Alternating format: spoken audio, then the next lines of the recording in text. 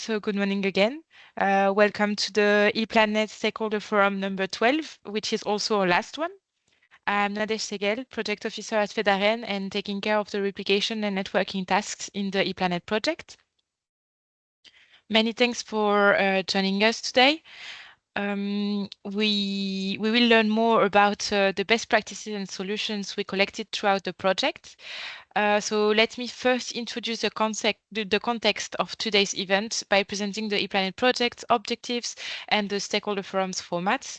Then I will detail today's agenda and we will start the presentations just after.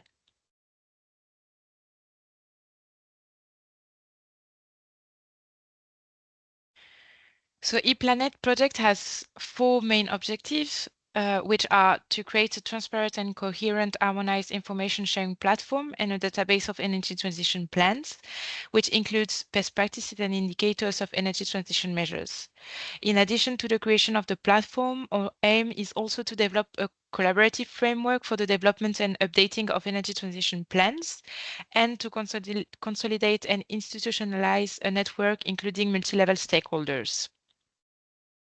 And one of the ways to coordinate this network and to entertain it is through the stakeholder forums.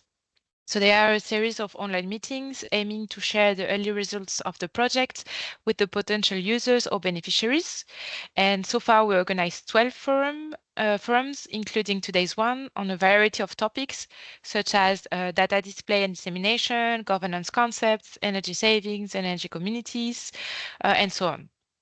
We were able to get inspired by external initiatives, and we also presented different development of the ePLANET platform. If you've missed the past stakeholder forum, some of them have been recorded and are accessible on our YouTube channel, so do not hesitate to watch them.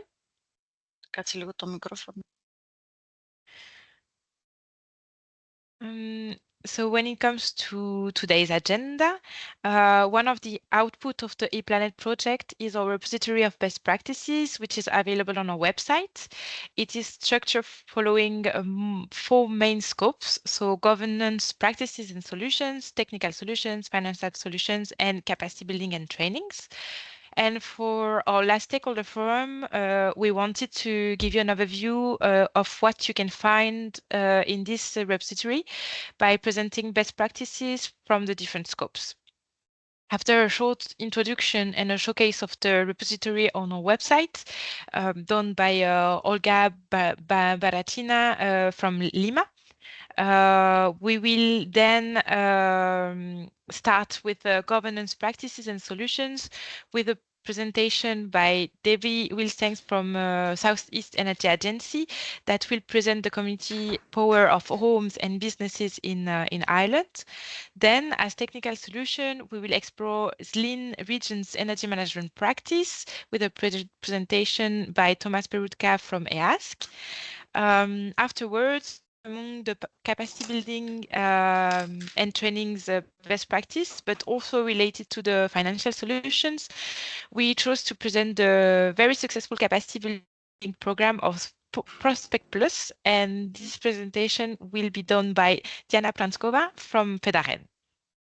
So without further ado, I will give the floor to Olga to introduce the ePLANET repository of best practices. So Olga, the floor is yours. I think you can share your slides. Thank you. Thank you very much, Nadège.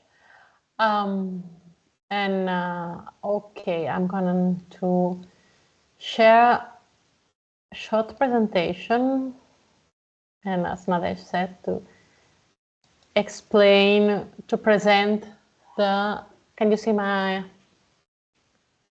Yes, perfect. Yeah? That's okay. So the idea is to present really shortly the repository that that has been already uploaded to our webpage. So the goal of this repository, the goal that we had in the Planet project was to develop this repository for plastic and solutions that, like Nadesh explained really well, was part of one of our big objectives during the project. And we had these four main thematic areas that have already been said. This task was done by all the partners from the project, and they have been adding all the relevant best practices, solutions around Europe. It's not only for the countries that, the pilot countries that we have in the project, but for all Europe-wide, all that interesting best practices and solutions that we found on energy transition, then that were the ones that we include in on the repository. We selected case studies from different public authorities and also past activities and ongoing already, ongoing still. Okay, and so we have these four main thematic areas, but we also define 13 complementary tags that would help you to find the different solutions. So once this is to show you an example of file that we have of a best practice. Okay, so I don't know if you can see my mouse. Can you see? No, that I'm. Yes, we can see. Yeah. Okay. So we have the title, of course, describing giving this solution, the country of application that can be one country or maybe several. Then progress status that, as I said, well, we look for past activities and also activities that were still ongoing. And then we also add reference and links that may help you to search deeper. Then there is also a short description, just if you want to just read it really fast and see what it's about. And then a long description explaining more deeply this solution, and then also key benefits and outcomes that were defined by the partners. Okay, that why this solution or why this best practice was chosen. And then finally, this how to access. So this is in our web page, as I said, and I'm going to show you this. I'm going to go directly to the web page. 1 second. And I'm going to share now with you our web page.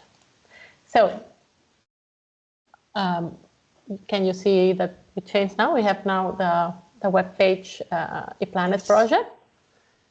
And once you access to the web page, you go to the best practice. And here, as you can see, we have this reset filter, apply filters, and then we have this 4 scopes and all that 13 tags that I already explained. So for example, if I want to choose a scope that it's technical and topic on energy transition, and I select them and then I apply filters, and it will give me the different best practices or solutions that are on this scope and that have this tag. And for example, I can press here, and then what I can see, I don't know if you saw that it opened another page. Yeah. Okay, then we have this. This is the typical file I already shared with you. That it's is showing you this technical solution, the keywords, the country, and the name, title, location, a short description, a long one, and then you have some images here that may help, and then references and links. Okay, and the key benefits and outcomes that from ePLANET point of view, that's why this best practice or this solution, it's interesting. Okay, when developing the energy transition plans. Also, when you want to check again, we recommend when you want to look for other solutions, reset filters, and then you start again. Okay, and you can check another one. And then you go training seminars, for example, or a multi-level governance, and I should governance, scope governance, sorry. And then, okay, for example, multi-training, and then apply filters, and then it would look for, okay, now I have different solutions here.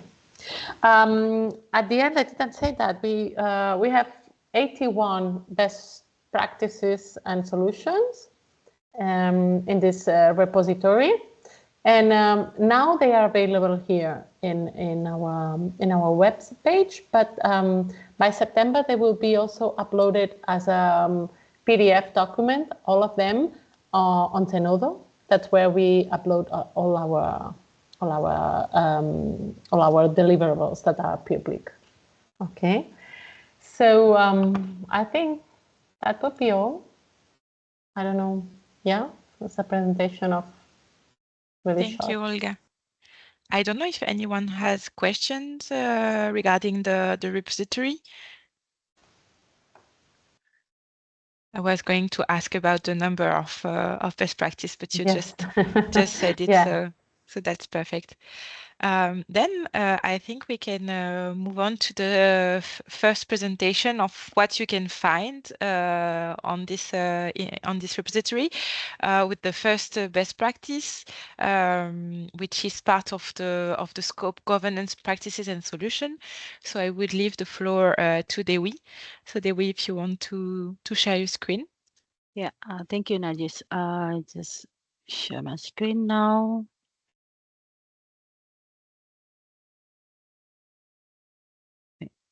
Does anybody see? Just trying to make it big. Can you So see my screen? we can see it, but it's not full screen. We can see the now I'm making PowerPoint. full screen. Bit slowly. Okay, now it's Okay. it's full screen. Thank you. Okay, thank you, Najis. My name is Dewi. I'm from the Southeast Energy Agency from Ireland. So today I will present about the governance practice and solution for community power for home and businesses in Ireland. So before we start, I'm working for the Southeast Energy Agency. We are the observatory for the Carlow, Kilkenny, Wexford, and Waterford County Council. If you see that we're located in the Southeast region here. And then our mission be energy efficient, use clean energy, empower citizens, and also sustainable. So today, my presentation will focus on sustainable energy community, which is this program is actually developed and coordinated by our national government, ACI, and we are the coordinator for the Southeast region over here. And the sustainable energy community is a community that work together to develop sustainable energy system. So in here is actually the aim is to be energy efficient as possible, and the using renewable energy where possible, and also consider smart energy solution. If you see over here, this is in the Southeast region, we have 83 sustainable energy community. And this is actually already increased 84% from 2020 when the project is starting. And we have 10 energy master plan already complete, and 4 is now in progress, and 6 now is planning. So in total, we have 20 will be energy master plan in this 4 region over here. So if you're asking how much actually SEC in Ireland, we have over 850 community over here. Whole island over here, you can see the region over here. And in this, actually, we engage with more than 42,000 citizens and already developed energy master plan for 139. So this is for 90 community over here. So what is the benefit actually for the sustainable community over here? If you see that actually The most benefit is actually how we change our energy use over here, especially for community, and then we creating the impact for the energy transition net zero for the future. And then also the main impact actually benefit of sustainable community here actually to reduce energy bill, especially these 2 years or 3 years actually the high peak of the energy, and island is very dependent with the export energy from other countries, so we are not really actually produce our own energy. That's the reason actually the energy bill is very high, and we're trying to help our community over here. And in here, actually, the idea also the community will develop their own community energy project. It means actually they will get the more warmer, healthy home and community building over here. So these are actually the purpose actually to improve the quality of life, especially for vulnerable community like elderly people. So in the SEC community journey, we have three activity over here. When you see that first is learning. This actually learning where the community actually has a mentor. This mentor, Southeast Energy Agency as the coordinator of all of this mentor on the Southeast region. And this, they're helping the mentor, helping the SEC, the community to develop the energy project plan. And after they develop the energy master plan over here, they will apply for the funding from the ACI. And then after that, they execute the project. So we also monitoring all of this until they execute the project itself. So for example, like this is domestic grant over here. If you see that the process is that one-stop shop is very complicated, it's not that easy for the community, especially elderly people, to actually to apply the grant to know what is need to do improve to for my house. And currently in Ireland, we have climate action goal where actually the one of the goal target is actually to improve all the housing become B2 minimum. So this means actually mostly island have very old stock building, and it's really hard to do the retrofit over here. So this actually project that actually to helping the community how to improve the energy efficiency in their house, including actually kindly if you see that actually in Ireland, especially we don't have like heat wave like other EU country. We maximum in summer we only have 20 degree or 25 if we're lucky, and then in winter we're very cold. And but the old people actually they really afraid to using heating because of the energy bill. Mostly they are very suffering and they're using a lot of jacket inside their house because they cannot afford to pay the bill. So this actually one-stop shop here domestic right is very helpful for them. And for this, actually, we managed to help them, actually, the mentor and ask coordinator to how they start apply for the grant and how we saw what is the journey for the retrofit over here. And this actually kind of like what we actually measure over here. Not on the first thing actually insulation, and the second part is actually we try to improve with the heat pump, and so we actually try to ditch the fossil fuel boiler, so we're using the heat pump. So in 2030 they're expecting that we don't using any boiler anymore, so all is turning into the heat pump. And then for these actually we going to using the solar actually. Then this part, this is the example over here. Also the community energy grant actually from the ACI over here, you see that this is specifically for community over here. And you can see this is type of the Irish house, very old. And over here that the funding is in total 65 million.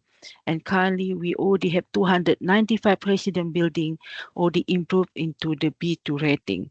And these 53 non-residential, especially for SOAP in the city center like that.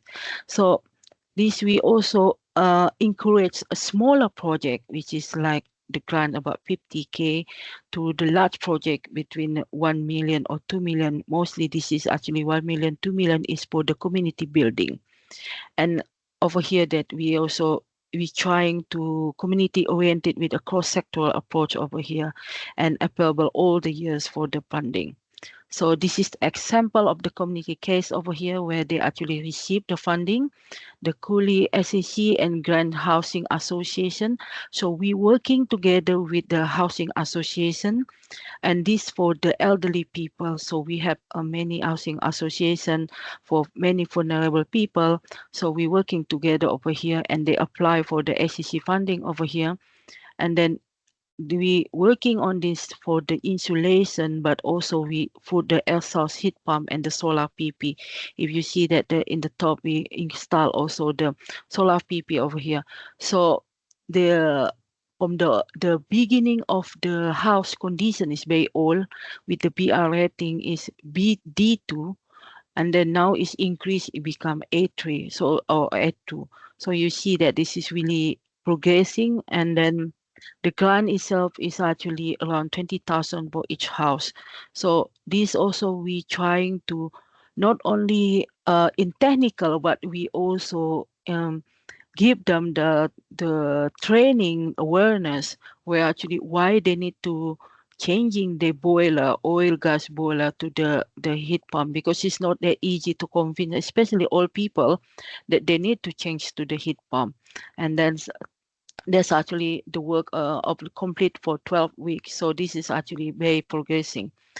And the next one, this is the community case where you see that this is we have the AFC club house where actually community club in the village or here in Baganalston, and here we can they have issue in the winter. They always the player also have issue, it's too cold, so they need actually some heating over here, but electricity is very hard, so we install the solar PP in the rooftop over here. So this installation also include the geothermal heating for the community building, and we also install the L2 water farm for the national school, also nearby the community building, and of course the solar panel in the local housing. So this energy master plan community is launching, so we trying to encourage or to best practice between another community and empower the individual or community to make the transition to renewable. So this is actually very good. So we also working in the behavior changing inside the community itself. And then another support that actually the government give it actually for the community in terms the solar VP is micro generation support scheme. So currently in Ireland for the planning for the house, you don't need actually have a planning, and if below the 50K is we also don't need planning for the community building. So these actually, if you have exceed electricity, you can actually selling back to the grid, and this tariff of the extra electricity generated is not used on the site. So this is called micro generation support scheme. It's not big, but this is possible, and especially in the southeast region, in like where I live is in Waterford, we have more sunlight, even they very cold but windy, but we have more sunlight compared other region in Ireland. And then the export to the grid also, and we get paid all this. So this actually what we trying to educate the community, and then how they can also get benefit from the solar PP. And this is the last screen. I think it's a support screen for renewable heating. This is very important over here because the government want to remove fossil fuel in 2030, and we want to change all the boiler to the heat pump. So this part actually how the government try to funding that renewable source in the heat sector, and is including to commercial, industrial, agriculture. So it's not only on the domestic, but they also to install in the non-domestic and also in the public sector. So basically the installation grant is 30% of the caps of the heat pump itself, and then this ongoing operational support over here by biomass or biogas boiler for 15 years. So I think that's all for me. And if you have any question, please pray. Thank you very much, Dewi, for the very nice presentation. And yeah, I saw that you work on a lot of different topics. Indeed, we will open the floor for some questions. So if anyone has a question, please raise the hand and unmute yourself. Otherwise, you can also note down your question in the chat. But I can start the Q&A so that people can have some time to type their own question.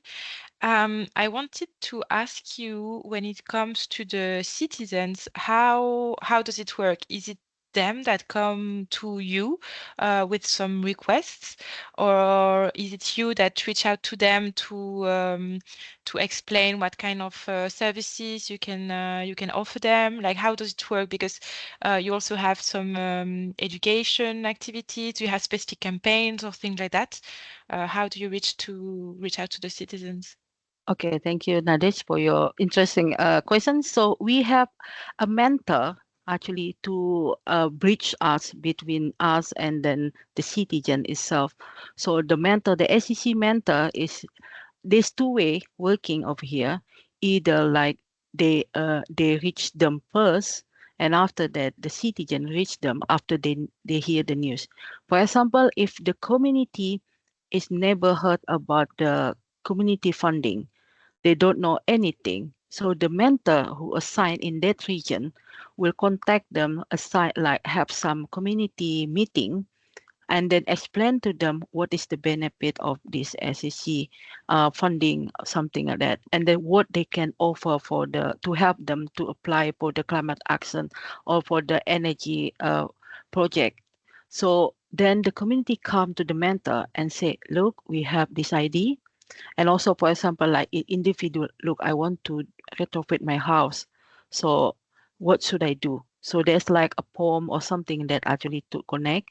And the mentor was sending to us and see this is community, they want to focus retrofit. There's 25 household apply for this retrofit, and then we do the site visit and we contact the community, the citizen itself, like what they need and everything, and then we are connect with the SEI. So as a coordinator, we actually connecting with the national government over here, and then they see, okay, and this is how they apply and this is how they can get money or something.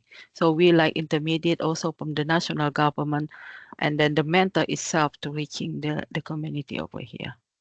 Yeah. Okay, so I see you have a pivotal role in between the different levels of governance. Yes. Yes. That's very interesting.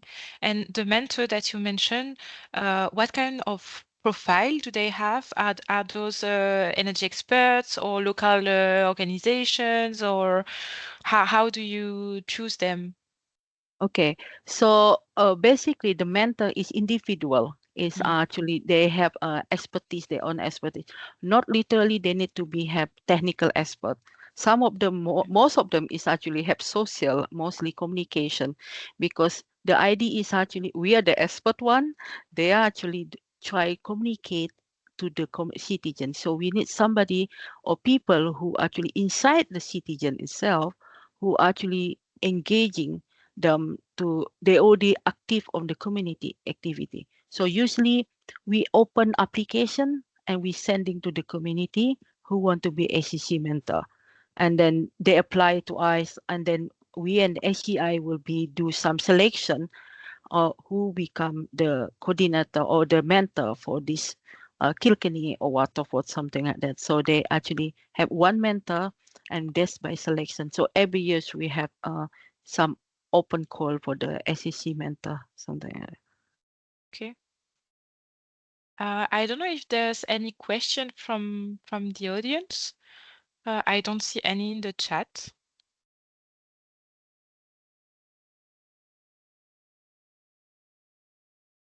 Otherwise, I can ask you my last question, and then we can move to the next best practice.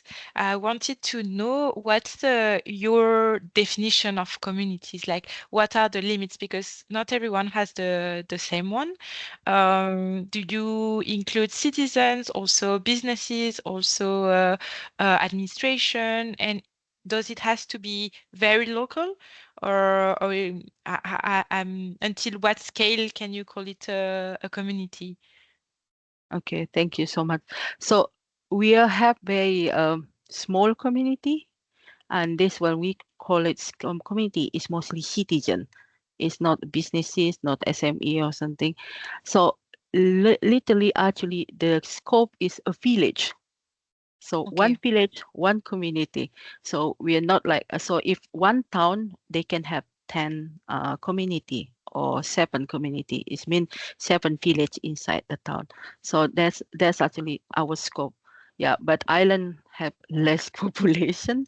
So it's mostly like one community, only 20 in one village, you only can find 20 or 25 households. So it's minimum, that's the number that we have in community. So we don't have big number like other country, the EU country, something like that. Okay, thank you. Very interesting because Thank yeah, you. we can imagine way different size of communities. So yeah, that's good to know.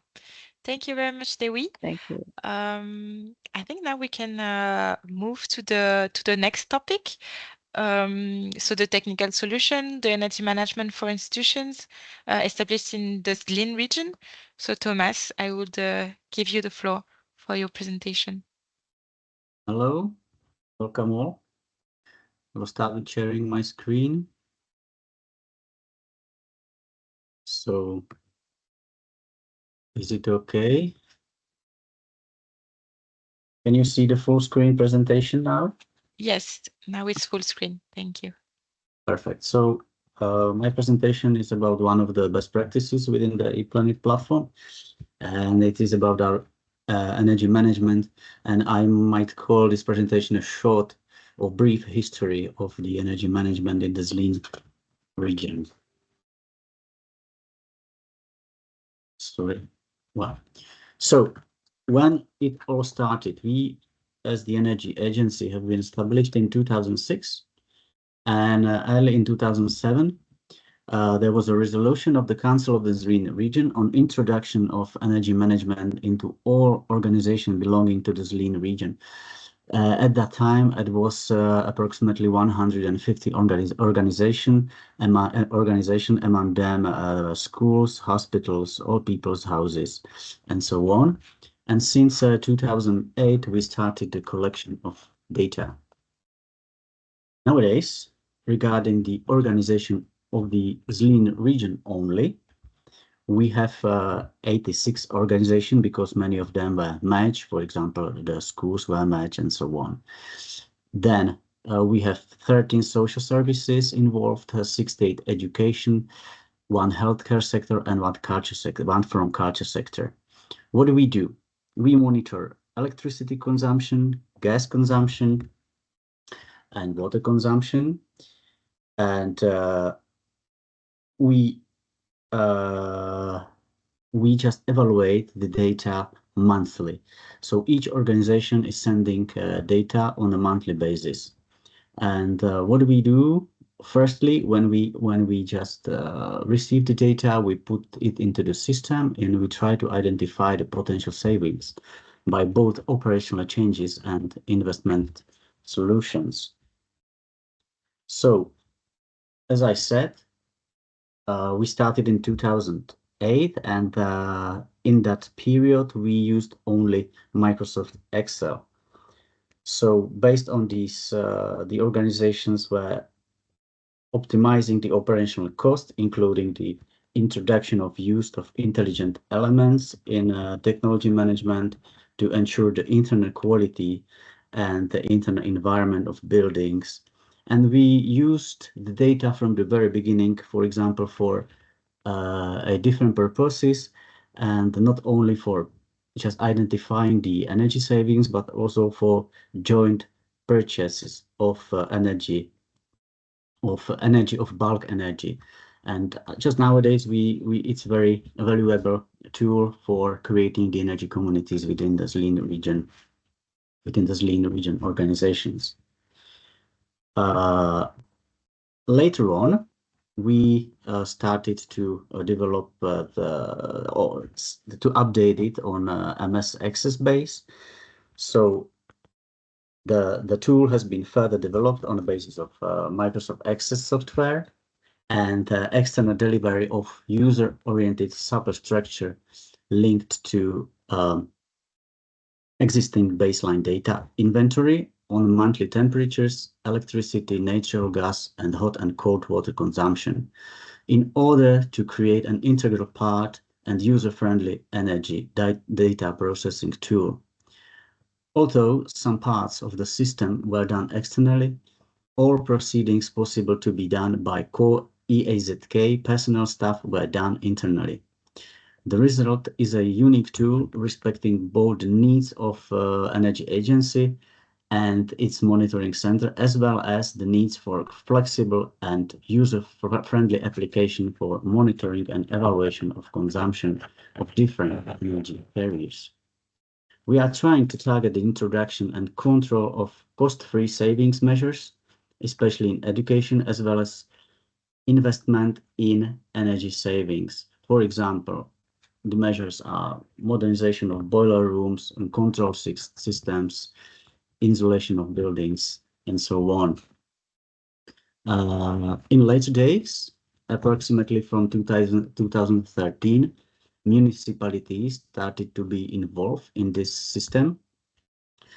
And just to sum one of the benefits we achieved, because we use this tool also for example, initiating of the projects into the several operational programs to help the municipalities to submit these projects. And upon the 17 years experience, we have already initiated more than 600 projects. And with total investment cost more than 200 million euro. And this tool has proved to be irreplaceable in this effort. So what's the status nowadays?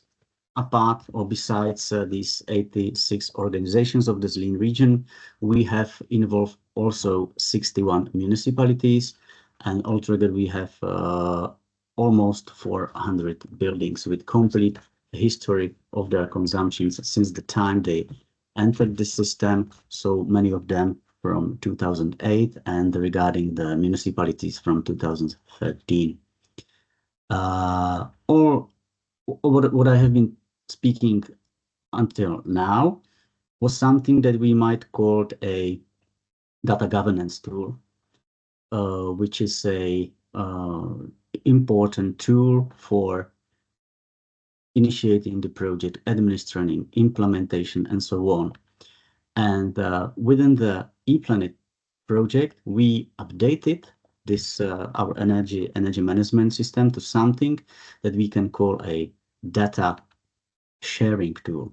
So all the buildings that are still actually in our energy management system based on the data collection from Microsoft Excel in database line in MS Access are now also available on the ePLANET platform in two use cases. One of them is performance of a building stock, where we can have all the data with all the history that we have displayed to anybody who wants to get this information. And we can do whatever with this, for example, a benchmarking of different or the same types of buildings. For example, this one is comparison of 7 old people's homes all around the Zlin region. With the electricity and natural gas consumption.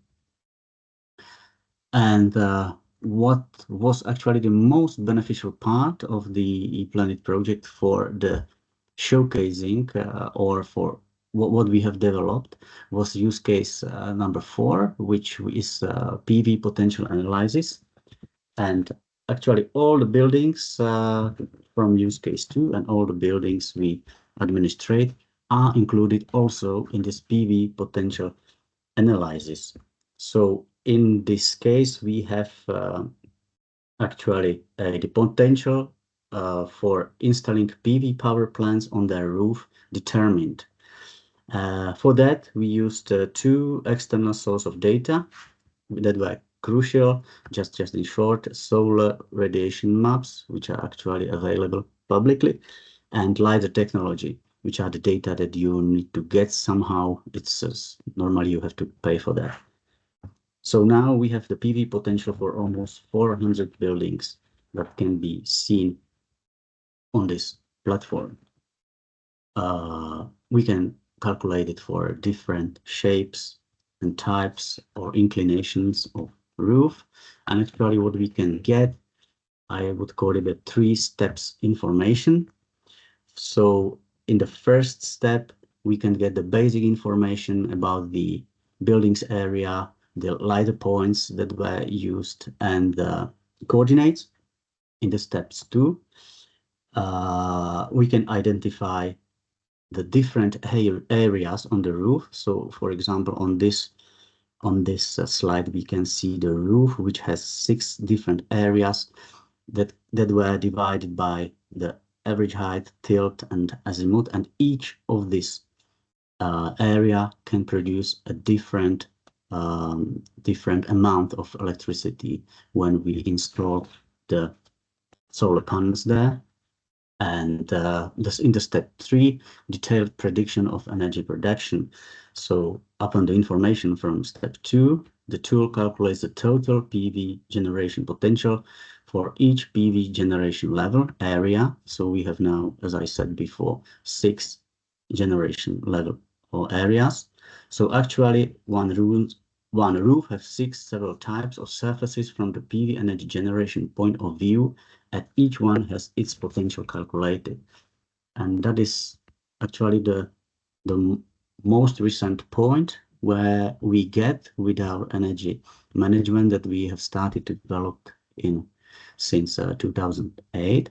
But actually, it's not just self-purpose to have this data, but what we do with all this data is to use them effectively and to develop more renewable energy sources project and energy efficiency projects to reach the targets that we have both on regional and local level in an energy transition process. Thank you for the attention, and I'm ready to answer the questions if there are any. Thank you very much, Thomas. Yes, to all the participants, if you have some questions, please feel free to unmute yourself or to type them down in the chat. Now is the moment if you have any question. Maybe I can also start with one question for you, Thomas. I was wondering who has access to the platform? You, the energy agency, or also the municipalities and the organizations or the managers of the buildings that you work with, or is it only the agency? Primarily, the access is just for the EAZK staff.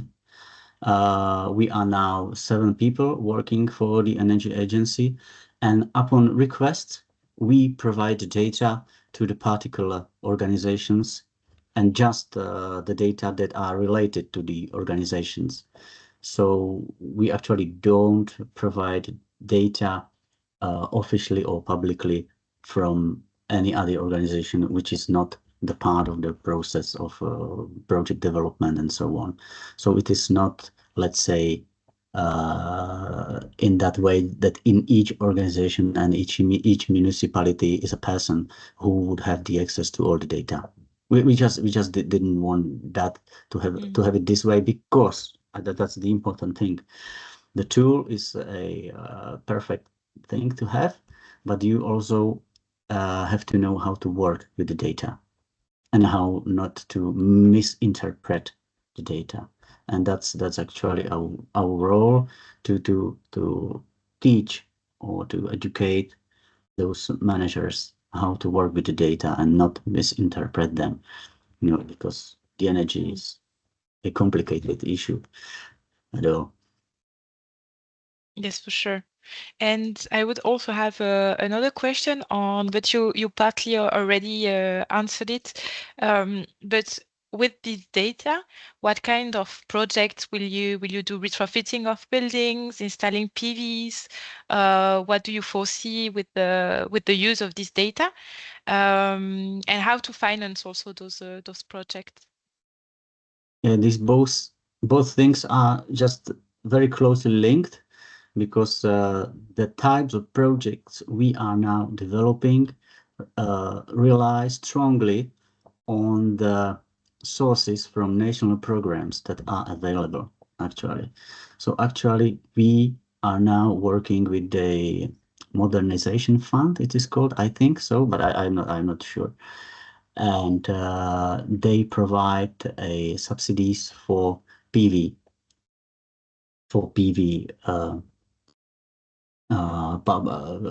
PV generations, combined with some other measures. So you need to have the PV, and you need to have a plan. What will you do with the PV, and how the savings will be achieved? And in a very near future, we for sure will be developing a energy communities projects that are now in the final phase of legislation process to be approved. Yeah, so it always depends on it has always depend so far on the sources available on from the operational programs, which from the other side, I don't think it's only good, because from my point of view, we rely on subsidies too much, and we should develop more alternative ways of financing, just like citizen cooperatives or municipal bonds, and so on. But once you have access from the money from the state, you don't develop any other way of financing, and that's I would call it a little bit a vicious cycle of these days. Thank you very much for your answers, Thomas. I would leave some seconds to the participants in case any question comes in. In the chat, there's none.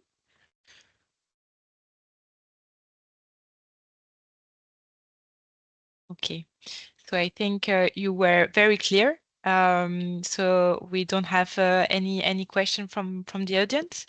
So we can move to our last presentation of today, that is more focused on capacity building and trainings from the scope of the repository of ePLANET. And the best practice is the Prospect Plus capacity building program, but it's also related to financing. But Diana will tell you more in her presentation. So Diana, the floor is yours. Thank you, Nadesh. I took this opportunity already to share my screen. Yeah. I will put it in the presentation mode.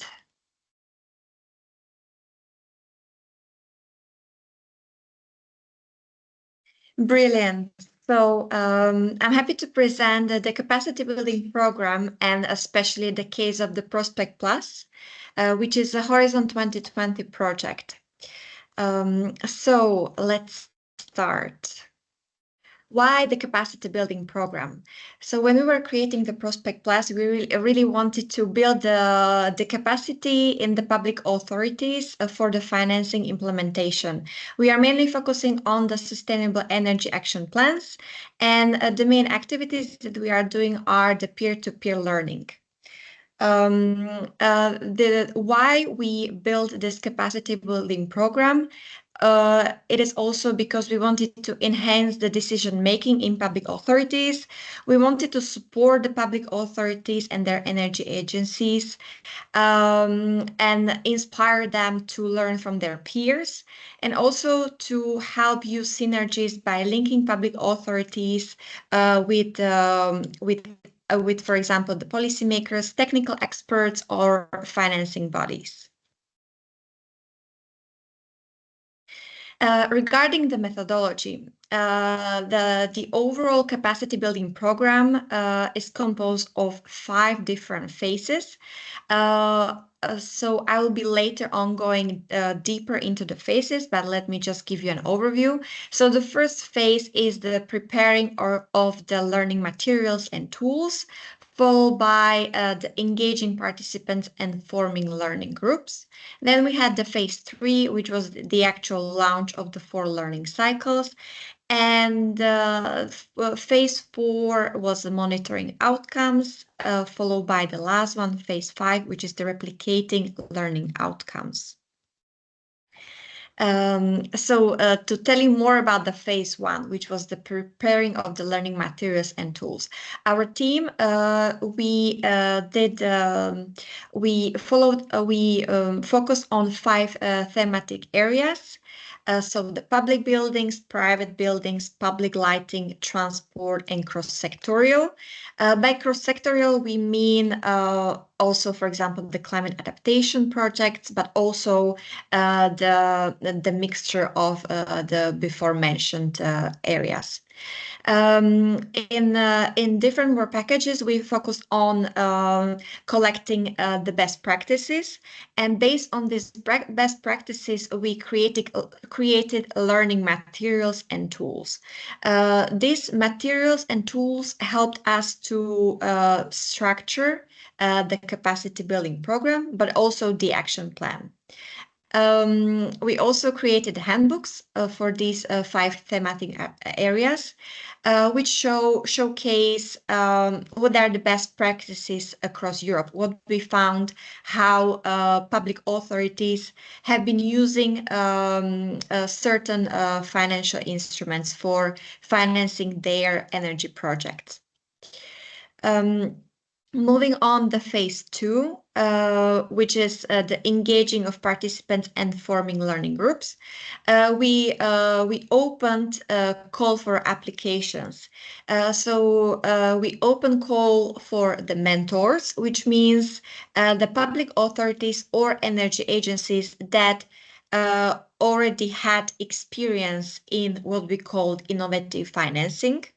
And then we also open the call for mentees. So these are the public authorities or energy agencies that wished to learn more about financing their energy and climate projects. So just to be clear, when we talk about innovative financing in Prospect Plus, we mean other than traditional bank loans and other than traditional subsidies, for example, coming from European projects.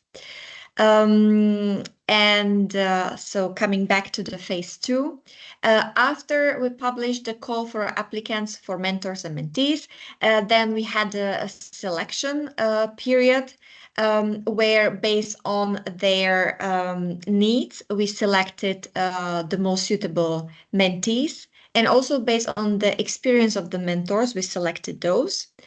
And the last part of the phase 2 was, of course, matching the mentors with the mentees. We try to look at the needs of the mentees and really match them with the mentors, so that the learning experience is well defined. I would say that the most exciting part of the whole capacity building program is the phase 3, which is actually the launching of our learning cycles. In total, in Prospect Plus, we had 4 learning cycles, and each of the learning cycles was composed by 5 steps plus the bonus.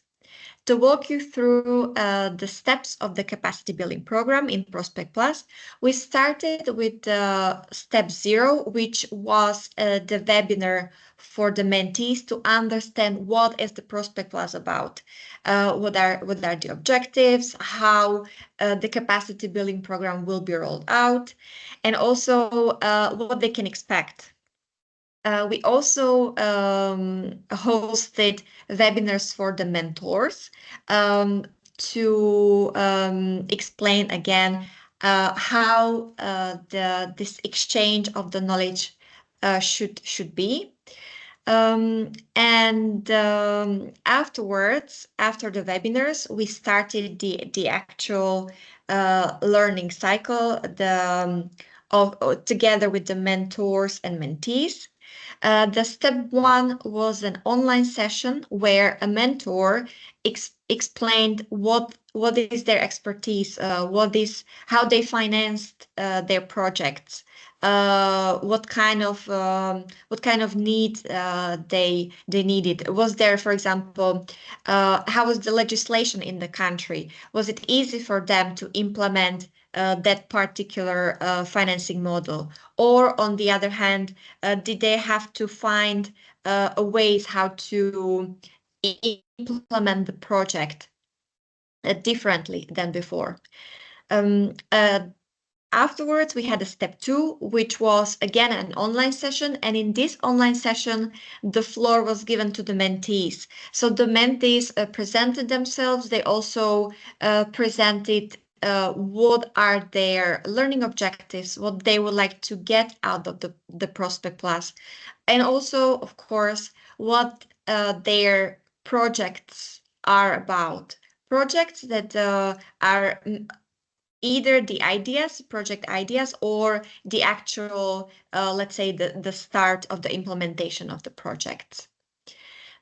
After step 2, we had the physical meeting, which was in person, 2 days of mentoring and knowledge exchange, where the mentees would travel to the mentor's city or region and really have in-depth exchange of knowledge, and also, the study visits. So this whole process was facilitated with the help of the facilitators who were the Prospect Plus partners. And after the physical meeting, we moved to step 4, which was kind of the wrap up of the overall learning cycle. And this was an online meeting where we went again through the learning objectives. If there were some things to be clarified or discussed, there was the floor for this in a step 4.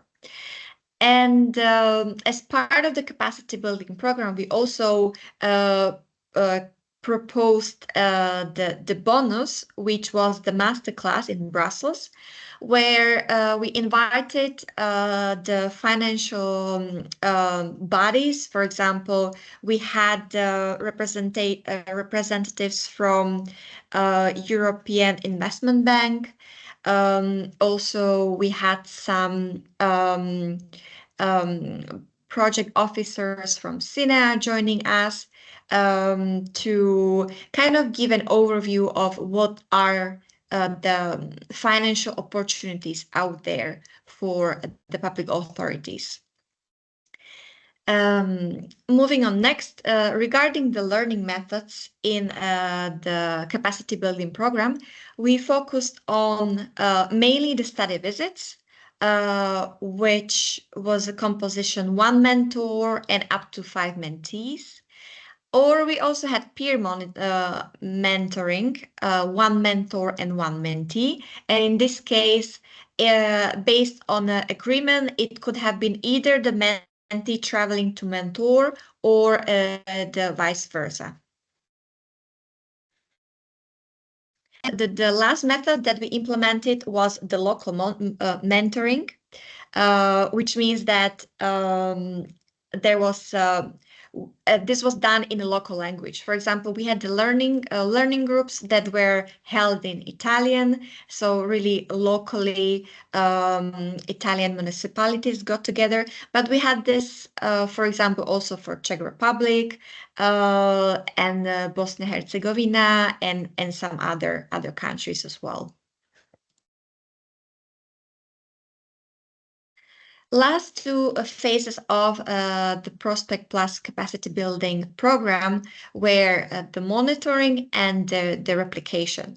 So in the monitoring, in the beginning of the project, we set clear indicators and targets, and we really focused on the determination of what will be the learning objectives and how can we measure their success rate.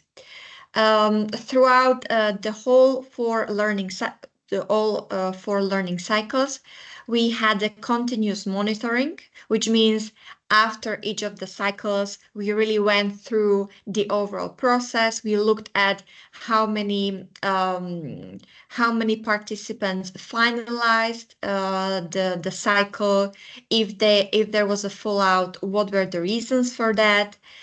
We also looked at the communication and dissemination and the engagement campaign, how this could be improved for the next rounds, and what we saw was working and what was not working. And of course, part of the monitoring is also collecting feedback. So we were sending out regularly surveys to our participants. And we were also holding one-on-one meetings with, for example, the mentors to see what can be improved, what worked and what didn't work, let's say. This turned out to be very useful because as the capacity building program was rolling out, we were able to adapt it and to even increase the numbers of the participants, but also the satisfaction rate of the participants. The last phase of the program was the replication. So alongside the capacity building program, we also had the community of practice. This community of practice was, let's say, a body by itself. So we were engaging with the public authorities and other relevant stakeholders to, let's say, to support the knowledge sharing. So under the community of practice, we held regular meetings on different topics where we really went deep into the problematic of financing. And moving on next, we also developed some, we are still developing some policy recommendations. And throughout the overall project, we were collecting the good practices. So coming from the mentor's perspective, but also if we saw that there was a mentee with a very well-defined project, we would then follow up with them to receive more information and eventually create a good practice. All of this information is stored on our website, together with the handbooks that I mentioned previously. So here are some pictures from the study visits and site visits. And regarding the timeline of the learning cycle, as I mentioned, there were 4 learning cycles in total, and they were rolled out from February 2022 until they will run until February 2025. So as you can see, it's a long and ongoing process. And at the end of the February 2025, we will have the second masterclass, which will be held in Brussels. So regarding the community of practice, the participants, they could participate in an active manner.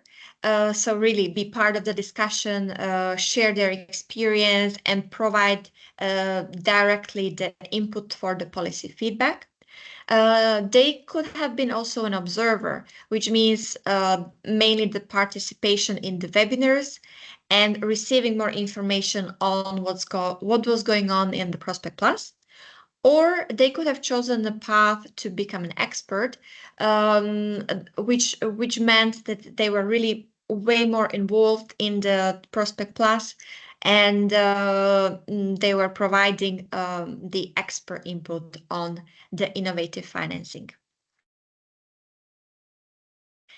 As I mentioned, throughout the project, we created many useful materials, and one of them is also the replicable practices.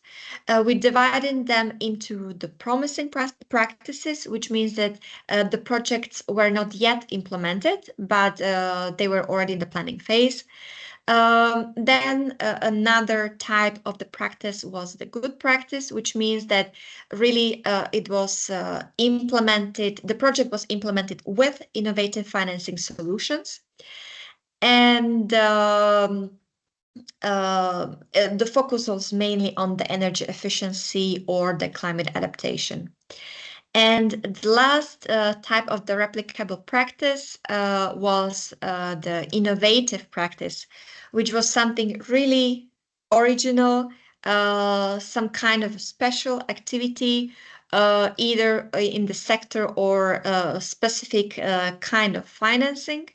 Or it could have been also a project implemented with unusually high impact or savings achieved. And the overall project would not be able to be rolled out without our team. So the Prospect Plus team is comprised of the knowledge hubs, the networks of cities and regions, and also the regional energy agencies. And that's it. Thank you very much. I invite you to follow us on LinkedIn, where we are regularly posting information about the project and other useful tools. Thank you. Thank you very much, Diana, for the very nice introduction of the Prospect Plus capacity building and overall project. So once again, we open the floor to the participants for any kind of question. You can type them down in the chats or just unmute yourself and ask the question directly to Diana. From my side, I would have a question on the mentees and mentors, how, because I guess to have some application for mentees to get some new knowledge and expertise must have been more or less easy, but did you face some challenges when it comes to mentors? To recruit some mentors for the project and for the capacity building, because it's also quite demanding, the capacity building. There's many meetings and then the site visit to organize. So yeah, how did you found them? Yeah, thank you for a very exciting question. In the beginning of the project, we already had expert mentors. We identify them. And many of them were already part of the project. So this kind of enabled us to start with the first cycle and second cycle as well. However, as I was mentioning, we were collecting all the feedback. And based on this feedback, we could see that there was certain knowledge missing, which means that we had to really search for very specific financing instruments. So the public authorities, municipalities or cities or energy agencies that had already implemented their projects with a very specific financing instruments. And when we saw that there was this need, we did basically the desk research also through our networks, because we have a very strong consortium, and the partners and their networks are strong as well. So we kind of spread out the network and searched for a very specific experience and expertise in the financing instruments. Good to know. And also this tailored aspect in the capacity building program, very interesting. And also what I also take out from your presentation is the fact that the mentees came with specific projects on which they wanted to find financing. Would you say that that's a key aspect of the success of the capacity building program overall, to have specific project to work on during the capacity building? Yeah, initially we were accepting only the mentees who already had the project idea, or they started with the implementation of the project.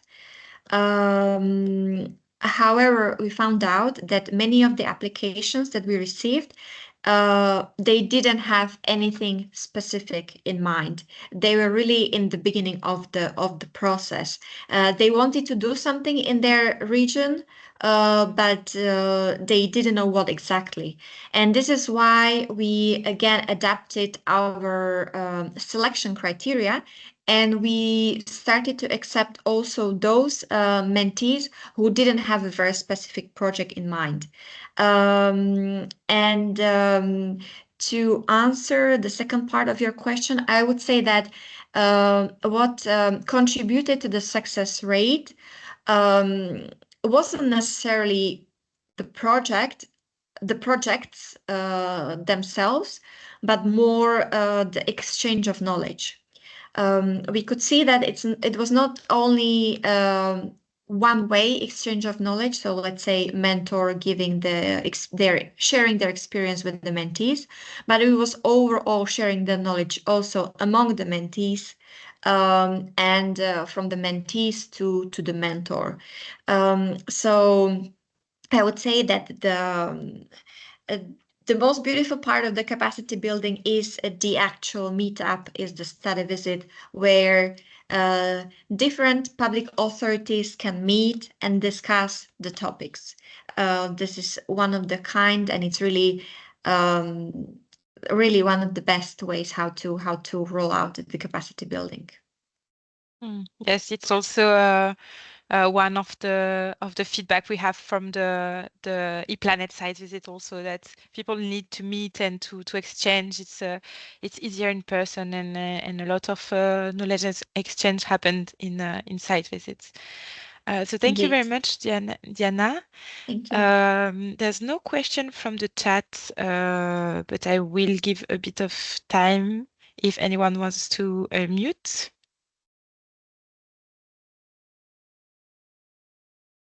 Okay, so then maybe one last question for you, Diana. Will there be any call opening soon for Prospect Plus, or is it over? Yeah, so currently we are rolling out the 4th learning cycle, which means that the selection was already made. However, if you're interested, we have the community of practice, and under the community of practice, we are going to roll out further meetings to exchange the knowledge. Okay, perfect. Thank you very much, Diana. I think that with that, we finalized the agenda of today's meeting. I will just close with some slides. The meeting, I hope you can see my slides. But yes, I just wanted to thank all of the speakers, but also all of the participants of today's stakeholder forum. And I would also ask you to please stay a bit longer to share your feedback through a Slido questionnaire. And with this stakeholder forum, we also close the cycle of stakeholder forum. This is our last one. So thanks again to all the participants and to all the speakers. It was very nice to hold this stakeholder forum, and I'm sure we will meet again in other projects and in other meetings. And you can also always watch again the recordings of the stakeholder forums on our website and the YouTube channel. And with that, I will put the slides of the satisfaction survey. Please it's a really short one, so it will not take a lot of time. And we have 10 minutes, more than 10 minutes before the end of the webinar, so that we can reply to this short survey. And with that, thank you very much, and I wish you a very nice rest of the day and very nice week. Thank you. Thank you. Thank you very much.